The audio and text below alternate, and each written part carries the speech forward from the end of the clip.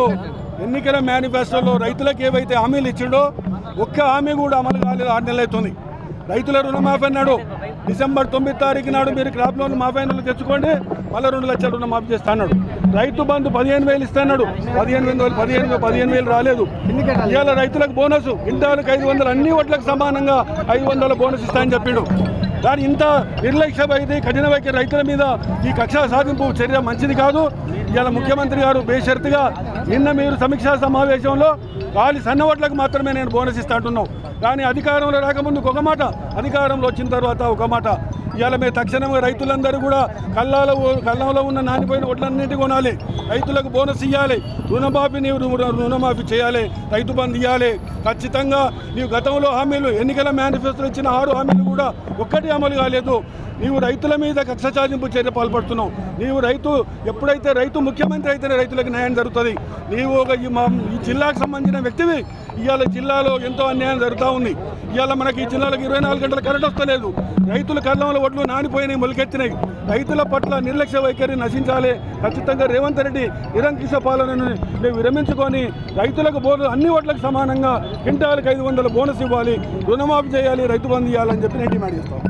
రైతు ధర్నా సందర్భంగా మీతో మనవి చేస్తూ, ముఖ్యంగా రాష్ట్రంలో రేవంత్ రెడ్డి గారు ముఖ్యమంత్రి అయినప్పటి నుంచి కూడా రైతుల పక్షపాతిగా వ్యవహరిస్తున్నారు. రైతుల మీద కక్ష సాధింపు చేస్తున్నాడు. మరి ఆయన ముఖ్యమంత్రి అయిందే రైతుల మీద కక్ష సాధింపు చేయడానికి కూడా చాలా వెనకాడకుండా నిన్ననే చెప్పిండు, సన్నోట్లకు మాత్రమే బోనస్ ఇస్తామా, దొడ్లోళ్ళకి అని అంటున్నారు. గతంలో ఏం చెప్పిండు, ప్రతి ఒడ్లకు కూడా 500 రూపాయలు బోనస్ ఇస్తున్నాడు, అది లేదు. ఇప్పుడు కూడా టీఆర్ఎస్ ప్రభుత్వం గతంలో ప్రతి సెంటర్లో 3-4 కాంటలు పెట్టి ఒడ్లు తీసుకుంటుంటే ఈనాడు కూడా గ్రామీణ ప్రాంతాల్లో ఒడ్ల కుప్పలు అట్లనే ఉన్నాయి, వానలకు నానిపోతున్నాయి. రైతులు దొడ్డోర్లు సన్నోర్లు కాదు, మొత్తం కూడా కుప్పలుగా వస్తున్నారు. కొనే నాతుడు లేడు. మార్కెట్కి తెస్తే పోయినసారి సన్నోట్లు 3,500 దాకా రేటు పోతే ఈసారి సన్నోట్లు 2,000, 2,100 తీసుకుంటున్నారు. అంటే అది రైతులను మోసం చేసినట్టు కదా. ప్రభుత్వం ఒక్కసారి రైతులందరూ ఆలోచన చేసుకోవాలి. కేసీఆర్ గారు ఉన్నప్పుడు రైతులను కనురెప్పలాగా కాపాడుకుంటే రేవంత్ రెడ్డి గారు వచ్చిన తర్వాత రైతుల మీద కక్ష సాధించుకుంటూ కరెంటు సక్క లేదు, నీళ్లు సక్క లేవు, పండిన ధాన్యాన్ని కూడా సమంగా కొనే పరిస్థితి లేదు. మరి బోనస్ లేదు, రైతు బంధు లేదు, రుణమాఫీ లేదు. మరి ఈయన ఎందుకైనట్టు ముఖ్యమంత్రిగా రైతుల మీద కక్ష సాధింపు చేయడానికి ముఖ్యమంత్రి ఎవడు కూడా రైతులను ఇబ్బంది పెట్టినాడు. చాలా రోజులు నెగలేడు. ఈయనకు 3కు వచ్చింది, 1-2 నెలల్లో కాలం తప్ప అంతకన్నా ఎక్కువ గడువు చేయలేడు. ఎందుకంటే ఆయనకు మించుకొచ్చింది కాబట్టి రైతుల మీద బల్లం లేపి దిగిపోయే తరుణంలో ఉన్నాడు కాబట్టి నేను ఏది చేయనని చేతులు ఎత్తేసిపోతే మాత్రం రైతులు తిప్పలాడి కొట్టే పరిస్థితి ఉంది.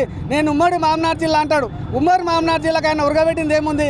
ఉమ్మడి మామనార్ జిల్లా రైతులకైనా చేసింది ఏముంది?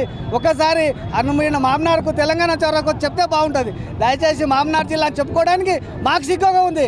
ఇలా మా పాలమూరు జిల్లా బిడ్డ ముఖ్యమంత్రి అని చెప్పుకోవడానికి మాకు సిగ్గుగా ఉంది. కాబట్టి రైతుల మీద కక్ష సాధింపు చర్య మానుకొని ఇకనైనా కళ్ళు తెరిచి మా రైతులకు మేలు చేసే విధంగా మీరు సాయం చేయలే కానీ చెప్పి రేవంత్ రెడ్డి గారిని మేము ధైర్యం. మరిన్ని వీడియోస్ కోసం ఛానల్ ని సబ్స్క్రైబ్ చేయండి, లేటెస్ట్ అప్డేట్స్ కోసం వాట్సాప్ ఛానల్ ని ఫాలో చేయండి అండ్ లింక్ డిస్క్రిప్షన్ లో ఉంది.